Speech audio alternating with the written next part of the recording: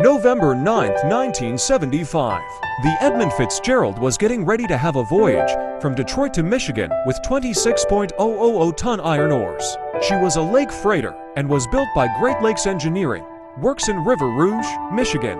The ship was so big that she was nicknamed Queen of the Great Lakes on the lake.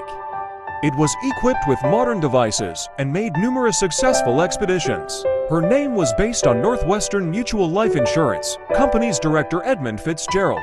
When the ship began his journey on the 9th of November, he was going with Arthur M. Anderson, which is another freighter. However, on November 10, 1975, a very severe hurricane hit the region. The wind exceeded 100 kilometers per hour. The waves reached 10 meters. That was time that disaster struck. Edmund Fitzgerald reported some damage to Anderson on a radio while struggling with weather conditions.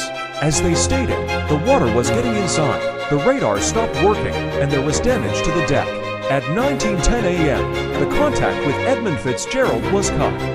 However, Edmund Fitzgerald was still standing. The ship was struggling from the storm. She was going up and down hardly. Minutes later, the ship hit her front to sand because of the struggle, and this caused the ship to break into two. The ship sank in seconds.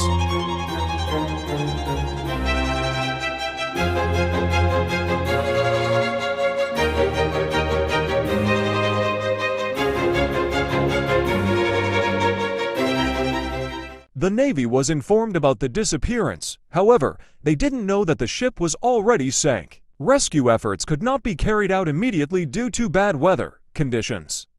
3 days later, the remains of the ship were found at the bottom of the lake as a result of searches by the U.S. Coast Guard and Canadian Air Forces. The ship was split in half. All 29 crew were dead, and the reason why ship sank so fast is still not exactly known. The only believable reason was that the load was unstable. Every year on November 10th, a ceremony is held in memory of Edmund Fitzgerald at the Great Lakes Shipwreck Museum on the shores of Lake Superior. In a 1995 dive, the bell was removed and placed in the museum. The names of 29 people were engraved on the bell.